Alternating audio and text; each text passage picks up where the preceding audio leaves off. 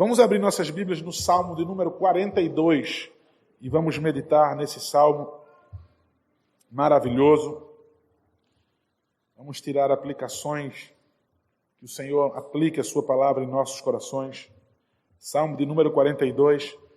Depois do sermão nós vamos cantar esse Salmo novamente.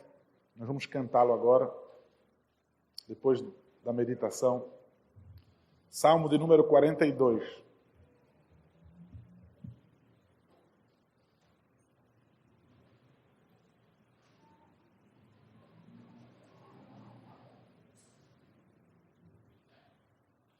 Observe se alguém próximo a você que não possui a Bíblia aberta no Salmo de número 42 e compartilhe já aberta.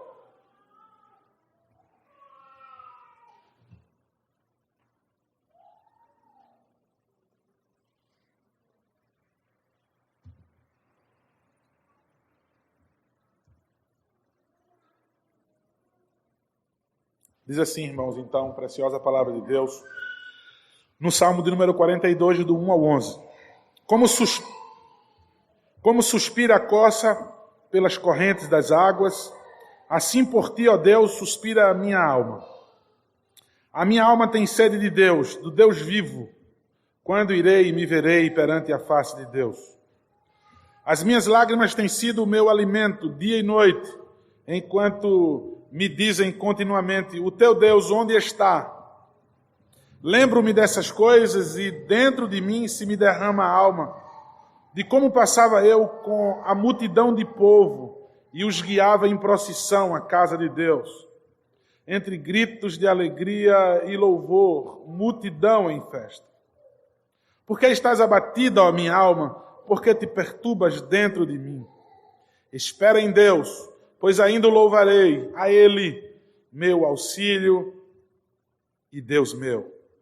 Sinto abatida dentro de mim a minha alma. Lembro-me, portanto, de ti nas terras do Jordão, e no monte Hermon, e no outeiro de Mizar. Um abismo chama outro abismo, ao fragor das tuas catadupas, todas as tuas ondas e vagas passaram sobre mim.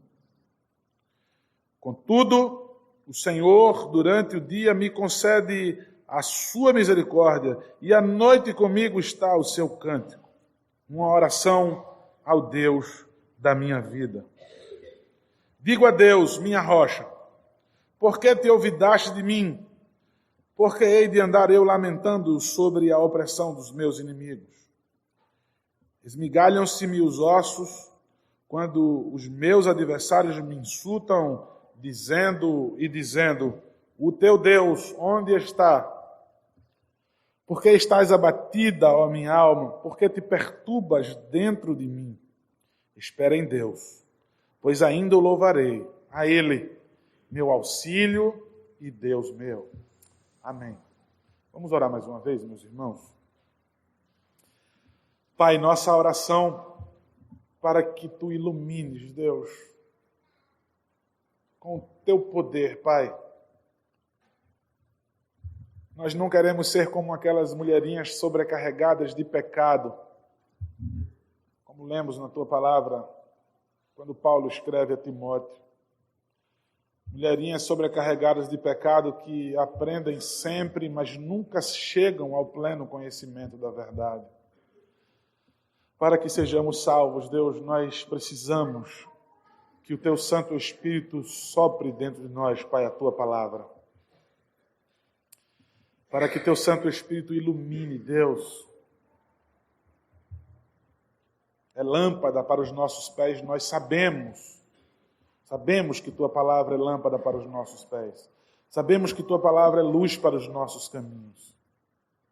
Então, Pai, em nome de Jesus, ilumina, Pai, o Senhor, Pai, Teu Filho, que é o sol, a estrela da manhã.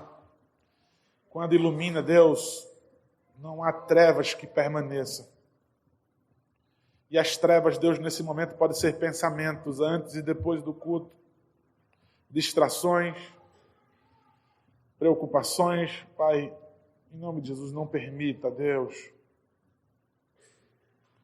Não permita, Deus, ao Teu povo tão grande prejuízo, Pai. se distrair da Tua poderosa palavra. Então, Pai, fala aos nossos corações pela exclusividade da Tua palavra, em nome de Jesus. Amém. Irmãos, esse salmo, ele vai chamar a nossa atenção, e vai chamar a nossa atenção de verdade, de qual deve ser a nossa postura diante de Deus quanto ao culto. Nós estamos aprendendo muito na igreja, inclusive aos sábados, sobre culto. Nós estamos meditando pela manhã no livro de Oséias, e nós vimos também Joel, sobre o que é que um culto errado pode ocasionar, qual o resultado negativo que pode ser para todo o povo de Deus. Mas e nós, que já fomos alcançados, nós que buscamos o culto moldado pelo princípio regulador, que é a palavra de Deus. O princípio regulador do culto é a palavra de Deus. Então nós que cultuamos a Deus somente com aquilo que foi ordenado na Escritura Sagrada. Você está satisfeito, você está feliz com o culto, mas qual tem sido a postura do teu coração quando você, por alguma situação adversa, quando alguma circunstância impede que você esteja cultuando a Deus? Qual é a postura do seu coração?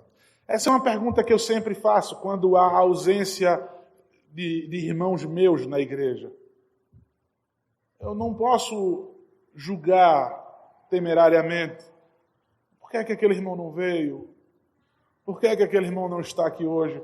O que é que de tão horrendo aconteceu com sua vida que ele não está presente? Ou o que é que ele encontrou de mais maravilhoso, de mais especial que ele não está aqui?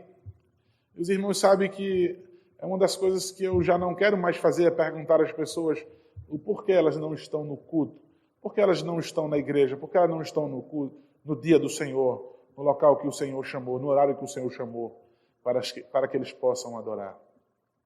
Esse salmista, eu já falei, ele chama a nossa atenção e ele fala grandes verdades, porque é a palavra de Deus, é a voz de Deus falando em completa verdade, toda a palavra digna de inteira aceitação para as nossas vidas. Eu quero que você absorva como uma esponja seca cada palavra do Senhor para a sua vida nessa noite, nesse texto, para que de fato, assim como o salmista, você deseje o culto ao Senhor.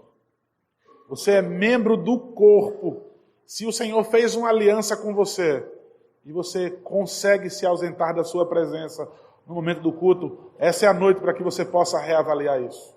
Talvez você não cultue a Deus, talvez você tenha sido chamado por Deus hoje, ou talvez você diga, não, eu vim porque eu quis, você não veio porque você quis, e você não veio por obra do acaso, mas o Senhor te trouxe até aqui. Eu quero que você observe a semelhança do salmista, e eu quero que vocês olhem mais uma vez para o texto. Versículo 1 do capítulo 42. Como suspira a corça pelas correntes das águas, assim por ti, ó Deus, suspira a minha alma. O salmista nós não sabemos quem é. Já procurei em vários comentários, estudei quem é o salmista. Será que é Davi? Será que é os filhos de Corá? Você vai dizer assim, olha, os filhos de Corá é o que diz o título em cima da Bíblia. Esse título não é inspirado, eu já disse várias vezes aqui. Tá? Acredita-se que foi Davi que escreveu esse salmo. Eu, particularmente, acredito que foi Davi. E ele deu o salmo depois de escrito. Ele compôs, deu aos filhos de Corá, e os filhos de Corá musicaram ali o salmo. Agora, outra pergunta também que eu não consigo achar também na Bíblia. E se a Bíblia não diz, se a Bíblia não revela, também nós ficamos calados, porque pouco importa. Se ela não revelou, porque não tem importância nenhuma. Mas, de quem é que Davi foge aqui nesse texto? Porque o texto nos mostra que o salmista está exilado. O salmista está longe de Jerusalém, ele não pode estar naquele único local, naquele exclusivo local de Deus manifestar a sua glória, de Deus se comunicar com o povo, de Deus receber adoração. Mas de quem? De Absalão, de Saul, de quem será? De fato, não tem como a gente dar uma resposta precisa de quem é que ele fugia. Algum inimigo, algum opositor ferozmente o perseguia para matá-lo. Mas como eu já coloquei, pouco importa. O que importa aqui é a expressão do salmista para dizer como eu me sinto porque eu estou afastado do culto a Deus. ele pega simplesmente um animal. A corça, que é o feminino, é a fêmea do veado. E esse animal, a corça, quando ela está sendo perseguida por predadores, perseguida por caçadores, ela precisa constantemente repor as suas energias. Ela precisa beber água, ela precisa, inclusive, se sentir segura, porque é um animal com poucas defesas, quase nenhuma defesa. Então é uma presa fácil. O salmista diz, eu sou exatamente como a corça. Mas ele usa uma expressão, ele começa usando uma expressão desse animal e diz, como suspira a corça. A palavra suspiro aqui, no português, no original, é um gemido, é um som horrível feito por esse animal, que está abatido, que está assustado, que está, como é que eu posso dizer, falido em suas energias, amedrontado, prestes a morrer, indefeso. A palavra no hebraico ela é única. O hebraico ele vai usar, para cada som de animal, ele usa uma expressão diferente. E aí para corça é um tipo de som, é um gemido, que a única coisa que dá para decifrar, que dá para entender, é que ela está passando muito mal, que ela está desesperada. A única coisa que dá para se interpretar daquele som é que ela está aflita.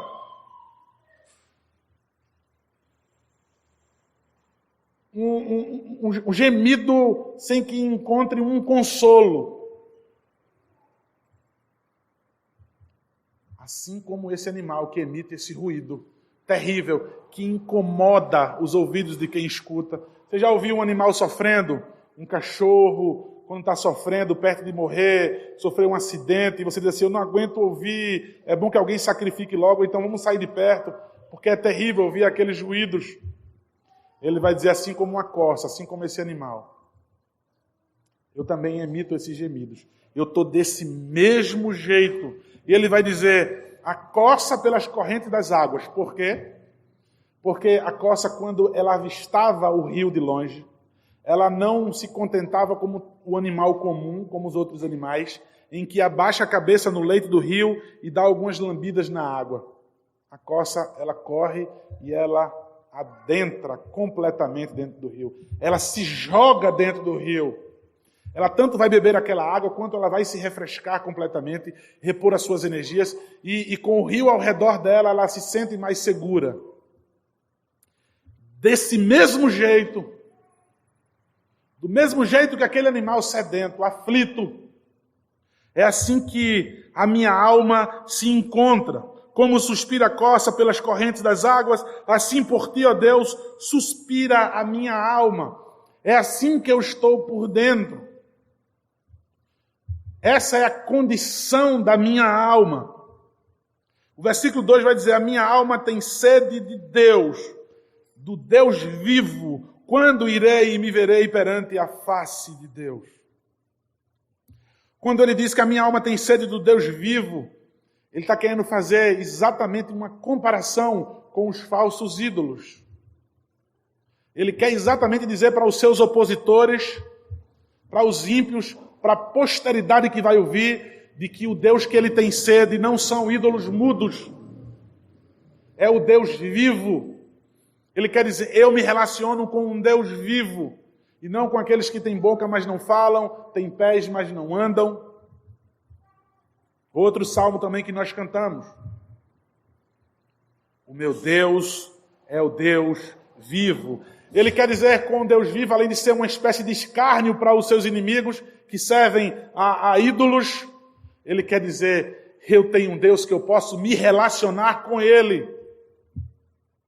É um Deus que me ouve, é um Deus que eu falo e me ouve, é um Deus que fala comigo. Eu obedeço a sua palavra e sou beneficiado por isso. É um Deus que eu clamo por socorro e Ele me socorre. E então ele diz, quando é que eu irei e me verei perante a face de Deus? É como se, quando ele estivesse falando dessa sensação dele, desse desejo de estar diante de Deus, quando ele diz, é diante do Deus vivo, a minha sede é do Deus vivo, é como se ele explodisse ali no seu sentimento e dissesse, quando eu me verei então diante da face desse Deus vivo? Quando eu estarei novamente diante da face dele? Ele demonstra uma inquietação, suspira, geme, ele está inquieto, ele não pensa em outra coisa, a não ser quando é que eu estarei diante da face desse Deus vivo. O versículo 3 diz, as minhas lágrimas têm sido o meu alimento dia e noite, enquanto me dizem continuamente, o teu Deus, onde está? As minhas lágrimas, exatamente, ele quer fazer um contraste. Quando alguém está feliz, quando alguém comemora, qualquer que seja a alegria, a pessoa faz um banquete. Inclusive no Brasil é assim, se a gente está feliz, se a gente quer comemorar algo, a gente faz um banquete, a gente faz um churrasco, a gente faz uma festa com comida. O que ele quer dizer com isso aqui é, nada vai me trazer a alegria de volta, nenhuma boa notícia vai me trazer, nenhuma outra coisa vai mudar o meu aspecto emocional, nada vai mover o meu espírito. Sabe o que é o meu banquete? Sabe qual é o meu motivo de banquetear? Lágrimas. Eu como minhas lágrimas, e ele vai dizer que isso é contínuo. Isso é de contínuo. As minhas lágrimas têm sido o meu alimento dia e noite. Quando ele diz dia e noite, ele quer colocar uma sequência. Ele não quer dizer que apenas um dia ele ficou mal. Sabe aquela tristeza, você chega em casa cansado, e quando você liga a nojeira da novela, parece que você agora já está alegre. Quando você liga o seu ídolo que vai levar você para o inferno, que ele está te levando bem gentilmente para o inferno, você muda, você já ficou alegre, você já não está mais abatido, aquilo consegue te distrair. Eu falo a novela, mas eu falo os seriados, ou seja, qualquer outra coisa que você esteja assistindo que Deus odeia. E ele continua dizendo, enquanto me dizem continuamente, o teu Deus onde está? Você pode pensar, o teu Deus onde está? Essa pergunta que é feita, você pode estar dizendo assim, o que ele quer dizer aqui é, cadê o teu Deus que não te socorre? Cadê o teu Deus que não te livra? Você não está desesperado, não está como uma corça gemendo? Talvez você pense que a pergunta é desse jeito, cadê o teu Deus que não te livra? Na verdade, a pergunta não é essa aqui. A pergunta aqui é mais dolorosa. A pergunta aqui é para ferir o salmista, é para ferir esse homem. A pergunta é mais ou menos assim, o teu Deus, onde é que ele está agora? Para fazer menção que o lugar onde Deus está é em Jerusalém. Deus está no templo, e é lá que ele pode ser adorado. Então aquilo feria, aquilo magoava, aquilo fazia o salmista chorar, e gemer, e ter sede. E nada poderia trazer a alegria de volta, nada. Ele não estava preocupado com o que ele perdeu em Jerusalém. Suas posses, seja lá quem era o salmista. Tem terreno no meu nome, tem um negócio, tenho amigos, tenho família. Nada pode trazer a minha alegria. E aí os inimigos vão e perguntam, para trazer a memória dele. É como se os inimigos dissessem assim, quando vissem ele mal, você não pode ir para a igreja. Vamos acabar com ele. Como é que a gente acaba com ele? Como? Diz a ele que ele não pode ir para a igreja cultuar a Deus. Chega para uma pessoa e diz, domingo tu não pode ir para a igreja. Está proibido de ir para a igreja. Por quê? Porque tu vai ficar doente nesse dia. Pelo amor de Deus, não me diga uma coisa dessa. Isso tem sido verdadeiro? Eu não queria usar os exemplos, porque tenho até vergonha de usar os exemplos dos motivos pelos quais nós não estamos na igreja adorando o Senhor. Motivos pelo qual nós faltamos. O teu Deus onde está? Isso massacrava, isso machucava. O versículo 4 diz, lembro-me dessas coisas e dentro de mim se me derrama a alma de como passava eu com multidão de povo e o guiava em procissão à casa de Deus, entre gritos de alegria e louvor, multidão em festa. O tempo todo ele fala de saudade. O tempo todo ele fala que a minha mente está lá. A minha mente está lá. Está lembrado do Salmo 137? Que eles se sentavam à margens dos rios da Babilônia? Era o único lugar que eles podiam olhar ali e lembrar de Sião. Era o único lugar que eles podiam se lembrar. Sentavam ali, e o sentar ali no Salmo 137 dá a ideia de humilhação completa, de estar prostrado, de estar arrasado. Então eles sentavam o corpo mesmo no chão e ficavam talvez olhando para o rio, para não olhar para os babilônicos.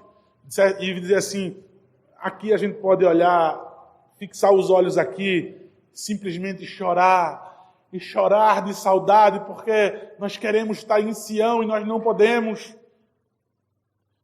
Nós gostaríamos tanto e a saudade é tanta. Ele quer dizer mais uma vez, quando eu lembro disso, a minha alma se desfalece, se desintegra, se desmancha. Ela perde a forma, a minha alma se derrama. E ele vai dizer de como eu passava com a multidão do povo e os guiava à procissão da casa de Deus, entre gritos de alegria e louvor, multidão em festa. Indo, a procissão não tinha gritaria na hora do culto, o texto está sendo claro. Não tinha gritaria, não tinha gritos de alegria no momento do culto. Indo em procissão, no caminho, indo, aí está o Salmo 122. Alegrei-me quando me disseram, as pessoas indo ao culto, indo ao templo, olhavam para os outros judeus e diziam, vamos à casa de Deus, vamos para o culto. Isso faz com que você desperte pela manhã com toda alegria, apesar de ter dormido tarde no sábado, talvez por culpa sua mesmo. Mas isso faz com que você salte da cama com toda alegria, com todo desejo para cultuar a Deus. Deixa eu dizer, se a essa altura você está dizendo que é exagero meu, eu tenho uma convicção, você não é um cidadão do céu. Eu tenho essa convicção. Eu posso estar redondamente enganado quanto a isso. Mas pelo que eu tenho visto nas Escrituras, você não tem um lugar com o Senhor. Então, os judeus olhavam um para o outro e diziam, vamos à casa do Senhor, e aí eles explodiam de alegria. Eles não explodiam de alegria porque o time favorito fez um gol, porque é Copa do Mundo, porque é carnaval, ou porque é feriado. Mas porque diziam, vamos para o culto. E ele vai dar aqui uma cena de como era, indo para a igreja, ele guiava o povo, e indo ao templo, eles expressavam sua alegria, gritando, louvando a Deus. Era uma festa, sabendo que estavam indo ao culto. E o versículo 5 diz, porque estás abatido, ó minha alma, porque te perturbas dentro de mim. Espera em Deus, pois ainda o louvarei, a Ele, meu auxílio e meu Deus. Versículo 6 vai dizer, sinto abatida dentro de mim a minha alma. Lembro-me, portanto, de ti nas terras do Jordão e no Monte Hermon ou no outeiro de Mizar. Ele está afastado de Jerusalém e alguém pode dizer, como é que ele está falando então que ele fala do Jordão, fala do Hermon, fala de Mizar? Tanto o Monte Hermon, vários montes ali seguiam-se depois dele. Aquela quantidade de montes atravessavam o distrito, iam-se embora depois de Jerusalém. O Rio Jordão também atravessava distritos, ele ia-se embora. Então, mesmo exilado, mesmo distante, ele olhava para Hermon. Hermon, no hebraico, a palavra está no plural. Hermonims, essa expressão na gramática hebraica, plural, significa que ele não está falando do Monte Hermon mesmo, não. Ele está falando dos outros montes, que quando ele olha, ele diz, olha lá, parece com o Monte Hermon. Deseja, só pensa nisso. Ele é fanático, ele não pensa em outra coisa. Olha para os outeiros, os outros montes pequenos. Tudo me faz lembrar. Tudo me faz lembrar o culto. Tudo me faz me lembrar o Senhor. E aí no versículo 5, irmãos, ainda, no versículo 6, ele fala, porque estás abatida, ó minha alma. É exatamente, queridos, aqui que nós vemos o Senhor Jesus Cristo. Também aqui nós vemos o Senhor Jesus Cristo. Porque estás abatida, ó minha alma. Estão lembrados do Getsemane, que se chama lugar da prensa de óleo, onde se extraía o óleo. A azeitona era esmagada e o óleo dali era extraído. Aonde o Senhor se apavorou, poderes de morte, a angústia sobre ele, porque ele iria morrer por mim e por você, para que salvasse a sua igreja. A alma dele estava profundamente abatida. E talvez na nossa mente tenha aquela ideia de que, coitado do Senhor Jesus Cristo, uma pessoa tão passiva, coitadinho dele. É muitas vezes assim que aprendemos. Em figuras, em filmes, em desenhos. Eu quero que vocês abram as suas Bíblias no Evangelho de João, capítulo 11.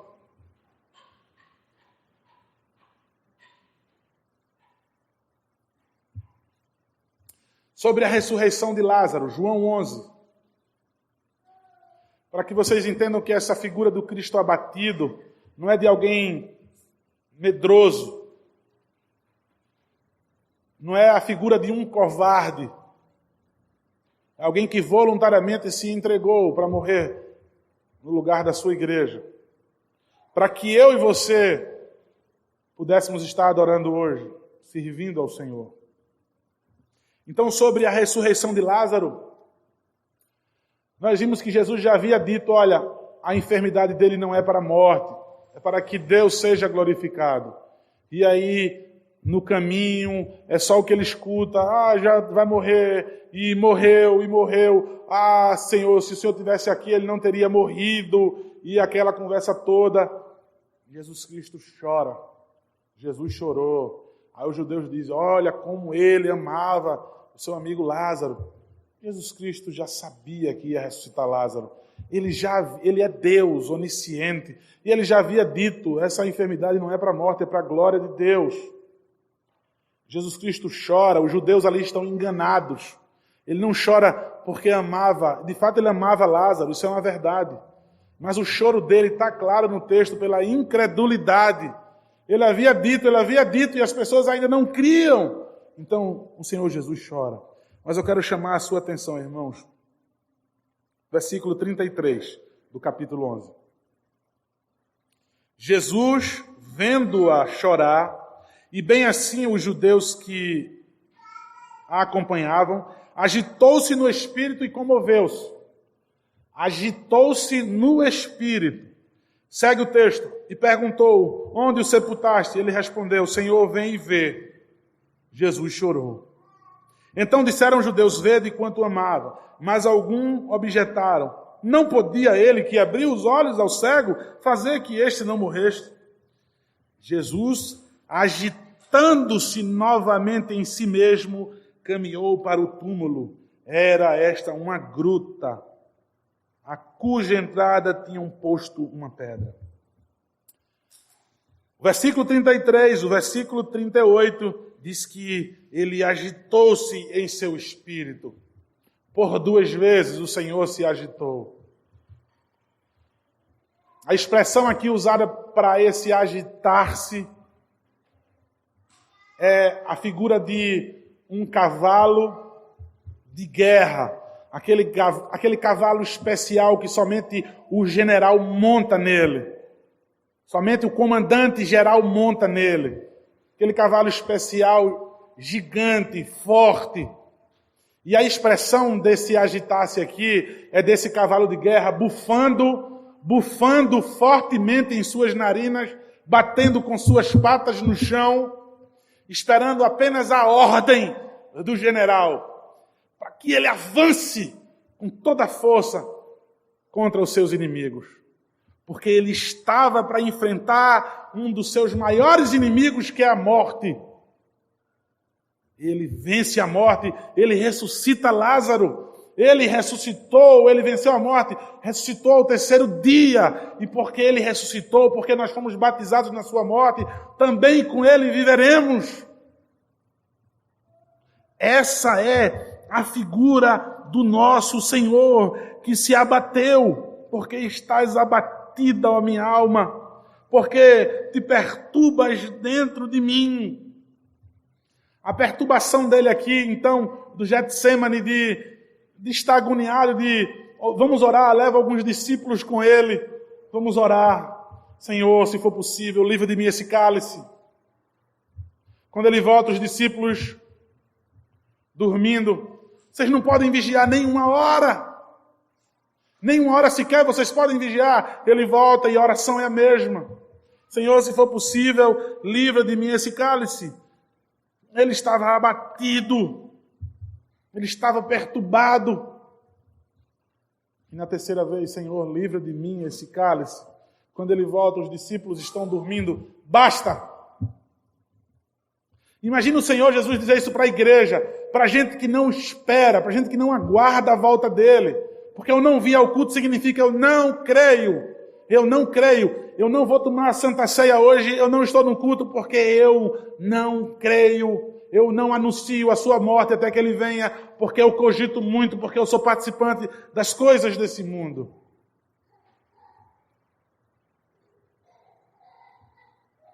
Contudo, seja feita a tua vontade. Contudo, seja feita a tua vontade. Que cálice é esse que ele pede para que seja livre? É o cálice que eu e você iríamos beber. Era o cálice que estava posto para ser derramado sobre mim e sobre você. Jesus Cristo toma esse cálice até a última gota. E como mais uma vez eu já disse, o salmista fala que esse vinho era sem mistura. Era comum colocar água no vinho para que ele enfraquecesse o teor. Completamente sem mistura, um vinho forte, ele bebe até a última gota. Ele é esmagado, traspassado naquela cruz, com os meus pecados, feito maldito. Então, queridos, o Senhor Jesus, assim como o salmista, prefigurando esse tipo, essa sombra de Cristo, ele vai dizer, mesmo assim eu creio, que eu posso esperar em Deus, porque ainda o louvarei, a Ele, meu auxílio e meu Deus. Jesus Cristo, ele estava abatido porque ele iria ser desamparado por Deus, porque ele ia ser separado de Deus. O salmista aqui já está separado. Então ele geme, ele deseja, ele não tem outra coisa no seu coração, não tem outra coisa na sua mente.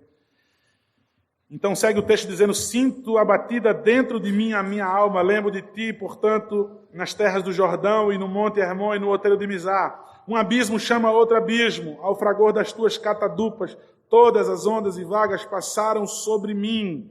Essa expressão do versículo 7 quer dizer, quando você pensa que as coisas não podem ficar pior, elas pioram.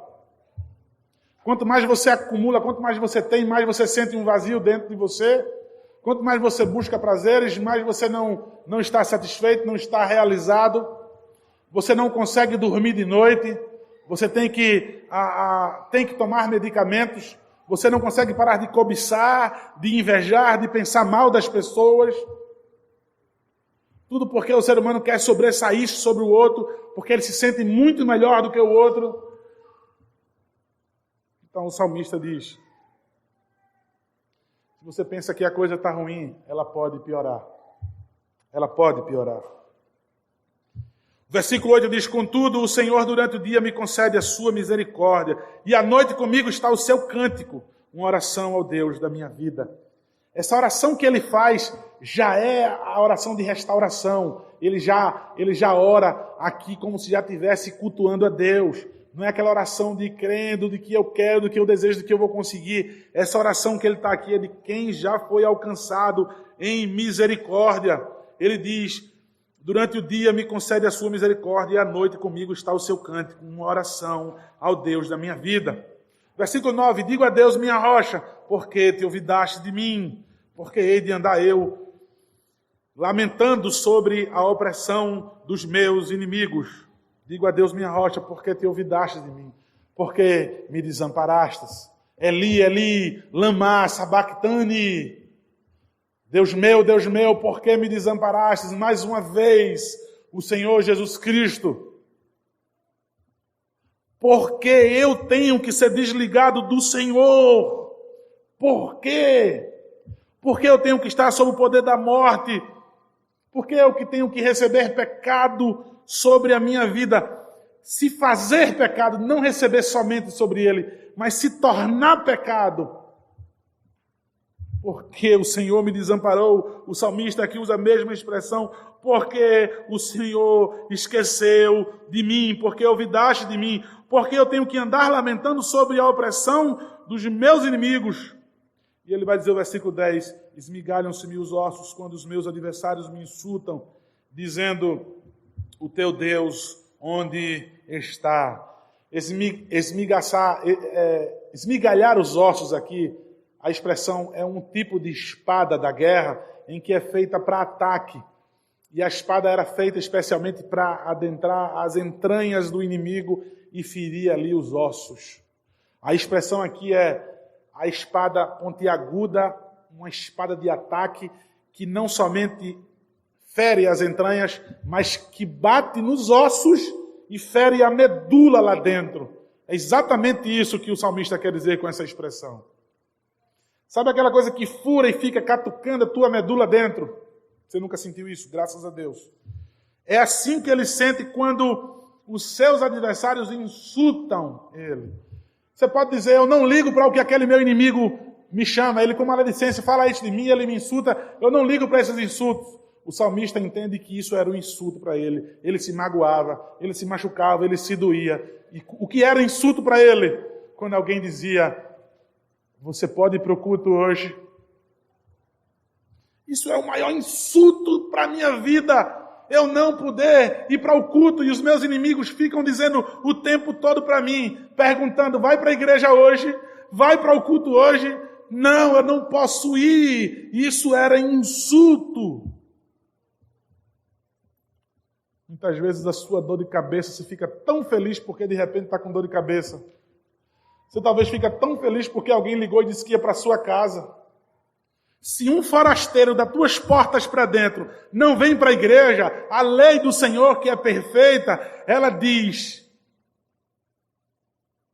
ela clama, ela nos persuade, eles têm que seguir o ritmo da tua casa. Os forasteiros da tua porta para dentro, está na tua casa, ele vai seguir o ritmo da tua casa. Ele vai para onde você vai. Ninguém das minhas portas para dentro vai quebrar o dia do Senhor. Porque o dia do Senhor não foi dado para os crentes, foi dado para o mundo. Ninguém na minha casa vai profanar o santo nome do Senhor. Você quiser vir para cá, eu quero te falar qual é a dinâmica da minha casa antes que você venha. No domingo tu vem comigo para a igreja. Você não vai estar na minha casa e ir para a praia. Se temos de perder famílias, bens, prazer, se tudo se acabar, se a morte enfim chegar, com ele reinaremos, não é isso que nós cantamos? Você não quer perder a graça de um familiar teu? Por tantas outras coisas você constrange, por tantas outras coisas você é constrangido. E mostrar aquele forasteiro o quanto você ama o seu Deus. Ele vai dizer, eu vou ficar num hotel. Que bom, rapaz, a gente se encontra. A gente se encontra de segunda a sábado. Então diz aí o versículo 11, porque estás abatido, ó minha alma? Porque te perturbas dentro de mim? Espera em Deus, pois ainda o louvarei. A Ele, meu auxílio e meu Deus. Esse que é o meu Deus, é Ele que vai restaurar a minha sorte. É Ele que vai mudar o quadro que se encontra a minha vida. Ele repete para dizer, olha, eu não paro de ter esperança do Senhor. Ela não vai embora. Eu lamento, eu choro, eu me expresso desse jeito, mas eu volto a dizer que eu tenho certeza que meu Deus não vai me desamparar. A grande pergunta é, irmãos, depois de ter visto depois do texto sendo exposto aos nossos corações. A pergunta mais uma vez é: como é que se encontra a tua alma quando você é impedido de cultuar a Deus? Qual tem sido o teu banquete? Qual tem sido a tua refeição? Em que estado ela se encontra? Imagina, você saber que alguém faltou no culto hoje e você saber que agora lá em casa está arrasada, seja qual for o motivo, enfermidade, seja um acidente, e você vai dizer assim: nossa, aquela pessoa deve estar muito abatida, aquela pessoa deve estar arrasada, eu vou ligar para ela. Eu vou ligar para ela, eu vou ler um salmo para ela, eu vou pregar para ela, eu vou orar junto com ela no telefone, eu vou fazer uma visita. Vou fazer uma visita. Eu não aguento nem perguntar às pessoas porque elas não vêm para o culto. Imagina visitar uma pessoa e ouvir cara a cara a pessoa dizer para mim por que não está indo para o culto. Não faço isso. Não vou fazer isso. Qual tem sido a postura do teu coração para aquilo que, já dizia o teólogo, que é nisso que você deve encontrar a sua maior satisfação, no culto a Deus? Relacionamento com Deus vivo. É aqui que Deus fala meu coração. É aqui que eu respondo em louvor. É aqui que a aliança é renovada. O ritual do renovar da aliança. É aqui que eu tenho a certeza, aquilo que me confirma nos meios de graça, no sacramento. É aqui que alimenta a minha alma, para que eu siga durante toda a semana. Será que nós temos desejado, de fato, o culto ao Senhor? Igreja, pense nisso. Reveja o conceito de cristianismo. Perceba que você está mentindo para você mesmo, e isso é loucura. Entregue a sua vida ao Senhor. Renda-se ao Senhor. Seja um adorador genuíno. Em nome de Jesus. Amém.